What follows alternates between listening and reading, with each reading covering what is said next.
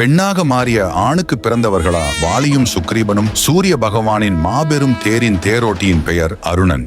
இவருக்கு பிடித்த இந்திரலோகத்தில் இருக்கும் மேனகாவின் நடனத்தை எப்படியாவது பார்க்க வேண்டும் என்ற ஆசை. ஒரு நாள் சூரிய பகவானுக்கு தெரியாமல் இந்திரலோகத்துக்கு செல்கிறார்.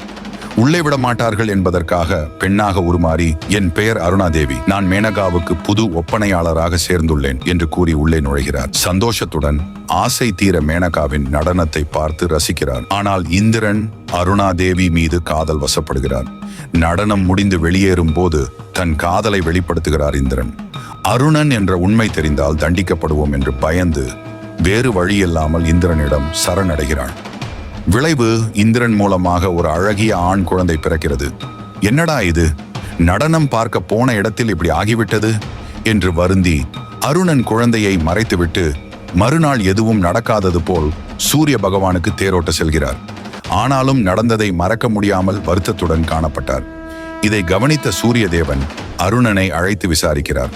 சூரிய பகவானிடம் உண்மையை மறைக்க முடியாது என்பதால் நடந்ததை சொல்கிறார்.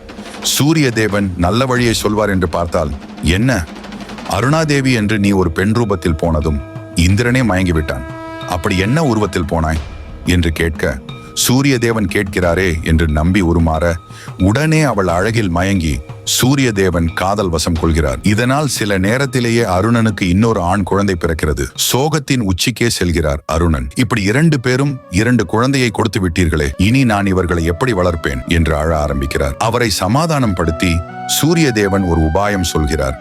கிஷ்கிந்தை ஆட்சி செய்து வரும் ஒரு வானர அரசன் என்னை நோக்கி பல ஆண்டுகளாக குழந்தை வரம் வேண்டி தவம் செய்து கொண்டிருக்கிறான்.